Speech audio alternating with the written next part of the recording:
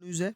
यानी जैसे कि मैंने अपना प्रीवियस वीडियो में भी बताया था कि आपका जो यूपी ट्रिपल एससी लेखपाल की वैकेंसी है वो 5 जनवरी तक आपकी आउट कर दी जाएंगी। तो देखिए वही बात सच हुई और आज 5 तारीख को जो ऑफिशियल इसका नोटिफिकेशन आउट कर दिया गया है। देखिए आप देख सकते हैं, उत्तर प्रदेश अधीनस्थ सेवा चयन आयोग लखनऊ, विज्ञापन संख्या 1, परीक्षा 2022, राजस्व लेखपाल मुख्य परीक्षा।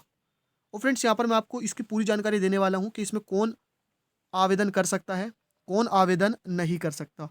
इसकी जो यानी पैट में आपके कितने स्कोर है, तो आप इसका एग्ज़ाम देने के लिए, मेन एग्ज़ाम के लिए एलिजिबल होंगे और कितने परसेंट तक के एलिजिबल नहीं होंगे। तो यहाँ पर आपको दिया गया है ऑनलाइन आवेदन शुल्क जमा करने की प्रारंभिक होने की तिथि 7/1/2022, साथ ही साथ यानी 7 तारीख से आप इसमें ऑनलाइन कर सकेंगे। और जो ऑनलाइन आवेदन शुल्क जमा करने की, सबमिट करने की जो अंतिम तिथि 28/1/2022 है। आवेदन में संशोधन की तिथि, अंतिम तिथि 4/2/2022।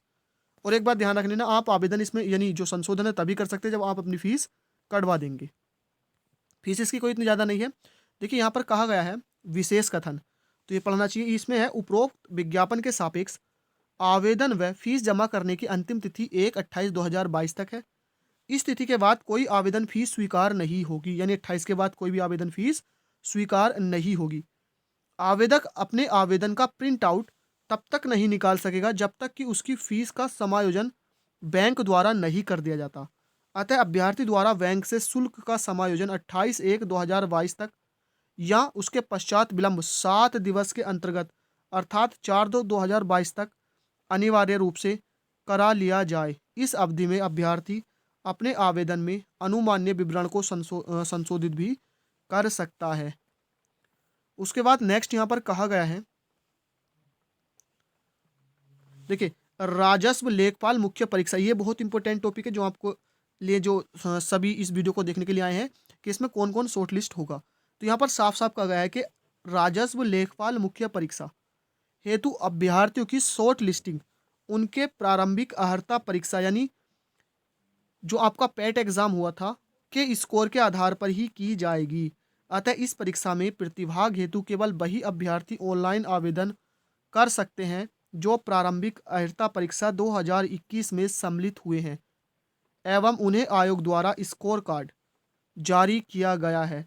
तो वही इसमें यानी ऑनलाइन करा सकते हैं, क्योंकि देखिए यहाँ पर कहा गया है कि शॉर्ट लिस्ट, देखिए इसमें सभी ऑनलाइन सभी कर सकते हैं, लेकिन बाद में इसकी मेन एग्जाम्स के लिए आपकी एक शॉर्ट लिस्टिंग की जाएगी जिन्होंने भी पैट का एग्ज़ाम दिया है। तो पहली बात तो यही कि इसमें सिर्फ ऑनलाइन आवेदन वही कर सकते हैं जो भी पैट का एग्ज़ाम दिए हुए हैं। और यहाँ पर अभी तक कोई भी पैट का जो है स्कोर नहीं बताया गया है कि आपके इतना 80 परसेंटाइल, 90 परसेंटाइल या 100 परसेंटाइल या 60 परसेंटाइल वाले इसमें सिर्फ आवेदन कर सकते हैं।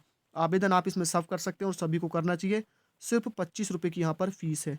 बाद में हो सकता है कि ये 50 परसेंटाइल वालों को भी इसमें एग्ज़ाम देने के लिए बुला ले।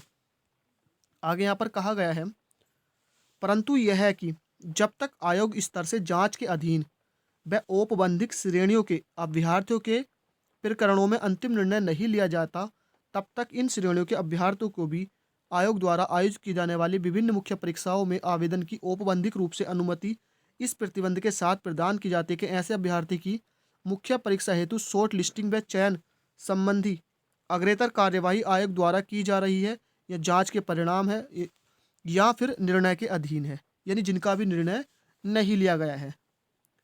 साथ ही साथ यहाँ पर जो आगे बताया गया है, देखिए मैं आपको बता देता हूँ जो भी इम्पोर्टेंट है आपके लिए। देखिए फोटो वाला आपको ध्यान रखना है, यहाँ पर फोटो के लिए बताया गया है। इस भाग में अभ्यर्थी द्वारा प्रारंभिक अर्हता परीक्षा यानी 2021 में अपलोड की गई फोटो तथा हस्ताक्षर स्वतः प्रदर्शित होंगे। अभ्यर्थी द्वारा इसमें कोई संशोधन अथवा परिवर्तन नहीं किया जा सकेगा। यानी आपने जो भी पैट का एग्ज़ाम दिया था, पैट 2021, उसमें आपने जो भी फ़ोटो अपलोड की थी और जो भी सिग्नेचर थे वही आपके इसमें ऑटोमेटिकली फार्म में आ जाएंगे। आप फ़ोटो और सिग्नेचर में कोई भी चेंज नहीं कर सकते हैं। अभ्यर्थी फ़ोटो तथा हस्ताक्षर व्यू करने के उपरांत कंटिन्यू बटन पर क्लिक करते ही अगले पृष्ठ पर चले जाएंगे। तो आप फ़ोटो और सिग्नेचर में कोई भी अपनी तरफ से आवेदन करते समय चेंज नहीं कर सकते। आगे यहाँ पर देख लेते हैं। साथ ही साथ यहाँ पर एक चीज़ और जो अन्य विवरण में बताया गया है, इस भाग में अभ्यर्थी को अधिमानी अर्हता यदि कोई हो तो के साथ संबंध में यस और नो विकल्प को चुनना होगा। इस भाग में अभ्यर्थी द्वारा प्रारंभिक अर्हता परीक्षा में दर्ज किया गया स्थायी व पत्रचार पता भी स्वतः प्रदर्शित होगा, यानी अपने आप ही प्रदर्शित होगा जो आपने पैट एग्जाम में भरा था। इसके उपरांत अभ्यर्थी को एक घोषणा से सहमत होना होगा, यानी आपको वहां पर टिक करना होगा। फीस मैंने आपको बता दी है, फीस के बारे में 25 रुपये इसकी जो है फीस होने वाली है। यहाँ पर जो फीस है पूरा चार्ट है, किसी सभी के लिए यहाँ पर सेम है, सभी के लिए 25-25 रुपये है, चाहे वो सामान्य हो, ओबीसी हो, अनुसूचित हो, अनुसूचित जनजाति हो या विकलांग हेतु कोई भी हो, सभी के लिए 25 है। जो ऑनलाइन प्रक्रिया की फीस शुल्क है वो सिर्फ 25 रुपये है और यही फीस यहाँ पर ली जा रही है, बाकी कोई भी इसमें एक्स्ट्रा फीस नहीं ली जा रही। और देखिए आप फीस किस किस से काट सकते हैं। अभ्यर्थियों के लिए यह ध्यान देने योग्य बात है कि निर्धारित फीस या शुल्क का भुगतान क्रेडिट कार्ड या डेबिट कार्ड, इंटरनेट बैंकिंग या एसबीआई के ई चालान के माध्यम से ही किया जा सकता है। अन्य किसी माध्यम से निर्धारित फीस शुल्क का भुगतान नहीं किया जा सकता है। अभ्यर्थी का आवेदन तब तक अधूरा रहेगा जब तक कि इनके द्वारा फीस भुगतान कार्यवाही पूर्ण नहीं की जाती। उसके बाद नेक्स्ट यहाँ पर दिया गया है, मुख्य परीक्षा हेतु फीस शुल्क का भुगतान केवल मुख्य परीक्षा हेतु शॉर्ट लिस्ट किए गए अभ्यर्थियों द्वारा ही अलग से किया जाना होगा। मुख्य परीक्षा हेतु शॉर्ट लिस्ट किए गए अभ्यर्थियों द्वारा मुख्य परीक्षा हेतु परीक्षा फीस शुल्क जैसा कि आयोग शासन द्वारा निर्धारित किया जाए का भुगतान मुख्य परीक्षा का प्रवेश पत्र डाउनलोड करने से पूर्व किया जाएगा। यानी जो मुख्य परीक्षा की फीस होगी, यानी अभी तो आप ये जो ऑनलाइन फीस है ये फीस आप जमा कर रहे हैं, सिर्फ जो 25 रुपये कटने हैं ये सभी के कटने हैं 25 रुपये जो भी आवेदन करेंगे। उसके बाद जो आपकी जो शॉर्ट लिस्ट होंगे, यानी अगर मान लीजिए उदाहरण के तौर पर मैं बता दूं 70 परसेंटाइल वाले इसमें जो है शॉर्ट लिस्ट किए जाते हैं एग्ज़ाम के लिए, तो वो जो 70% वाइल होंगे यानी 70 परसेंटाइल वाले इससे ऊपर वाले, उन्हीं से जो मेन एग्ज़ाम होगा उसकी फ़ीस जब आप प्रवेश पत्र डाउनलोड करेंगे तो उससे पहले आपसे फ़ीस ले ली जाएगी, चाहे वो 150 रुपये हो या 185 रुपये हो या 160 रुपये हो। तो उस टाइम पे आपसे जो एग्ज़ाम की फ़ीस है वो आपसे ले लेंगे।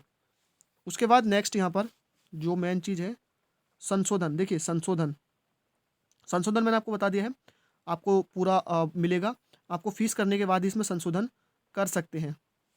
इसमें बताया क्या गया, देखिए अभ्यर्थी अपने आवेदन पत्र के निम्नलिखित विवरण का ही संशोधन कर सकता है। उक्त के अतिरिक्त अभ्यर्थी को आवेदन में अन्य को संशोधित करने की अनुमति नहीं होगी। नाम अगर वर्तनी गलत है, यानी कोई आपसे स्पेलिंग वगैरह गलत है, पिता का नाम वर्तनी अगर गलत है, अपना एड्रेस पत्रचार का स्थायी नहीं। उसके बाद अन्य व्यक्तिगत विवरण जैसे ईडब्ल्यूएस, क्षेत्रीय आरक्षण की श्रेणी वगैरह आप चेंज कर सकते हैं, जाति की श्रेणी आप चेंज कर सकते हैं, लिंग यानी कि जेंडर आप चेंज कर सकते हैं। उसके बाद आवेदन में अनिवार्य अधिमानी अर्हता संबंधित दर्ज किया गया विवरण, यानी कोई अगर अनिवार्य या अधिमानी कोई अर्हता है तो उससे संबंधित जो आप विवरण है वो चेंज कर सकते हैं। इसके अलावा आप फोटो सिग्नेचर वगैरह चेंज इसमें नहीं कर सकते। अब देख लेते हैं इसमें कितने पद हैं। तो यहाँ पर गाइस जो पदों की संख्या है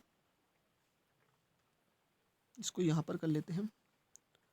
तो देखिए जो टोटल पद है राजस्व परिषद लखनऊ, आयु यहाँ पर देखिए एज जो दी है वो 18 से 40 है, वेतनमान वही है 2000 यानी 2000 ग्रेड पे 5200 से 20200। अनारक्षित यानी जर्नल के लिए यहाँ पर 32 से 71, अनुसूचित जाति के लिए 1690, जनजाति के लिए 152, ओबीसी के लिए 2174 और ईडब्ल्यूएस के लिए 798। बात करें कुल पदों की तो ये 8085 है। ध्यान रखना काफ़ी ज़्यादा है, 8085, 7882 के समथिंग जो है उम्मीद लगाई जा रही थी, अभी जो है इतने बढ़कर आ गए हैं। उसके बाद बाकी जो भी इसमें इम्पोर्टेंट है, देखिए गाइस अगर आप इससे रिलेटेड कुछ भी अगर आप चाहते हैं, देखिए यहाँ पर जो शैक्षिक अर्हता है वो दी गई है, ये मैं आपको और बता देता हूँ। तो यहाँ पर जो शैक्षिक अर्हता है, विभाग का नाम यहाँ पर हमको दिया गया, पद का नाम लेखपाल। जो अनिवार्य शैक्षिक है, अभ्यर्थी को माध्यमिक शिक्षा परिषद उत्तर प्रदेश की इंटरमीडिएट परीक्षा या सरकार द्वारा इसके समकक्ष मान्यता प्राप्त से कोई अन्य परीक्षा उत्तीर्ण होना आवश्यक है। ध्यान रखना है, इंटर वाले आप आराम से डाल सकते हैं। देखिए यहाँ पर अभ्यर्थी को माध्यमिक शिक्षा परिषद उत्तर प्रदेश की इंटरमीडिएट परीक्षा या सरकार द्वारा इसके समकक्ष, तो उत्तर प्रदेश से आप इंटर किए हो या सरकार द्वारा इसके समकक्ष कोई अन्य प्राप्त उत्तीर्ण होना आवश्यक है, तो आप इसमें आवेदन कर सकते हैं। तो फ्रेंड्स यही बताना था। 18 से 40 इसकी एज है। देखिए यहाँ पर बताई गई है अधिकतम जो एज है वो कितनी होगी, 40 वर्ष, 18 वर्ष से 40 वर्ष। तो फ्रेंड्स आई होप आपको ये समझ में आ गया होगा। अभी भी कोई ऐसी चीज़ है जो आपको समझ में नहीं आई है तो आप कमेंट कर सकते हैं, मैं आपके कमेंट का रिप्लाई कर दूंगा या उस पर वीडियो बना दूंगा। Thank you for watching. Latest update के लिए चैनल को सब्सक्राइब कर लीजिए। मिलते हैं नेक्स्ट वीडियो में।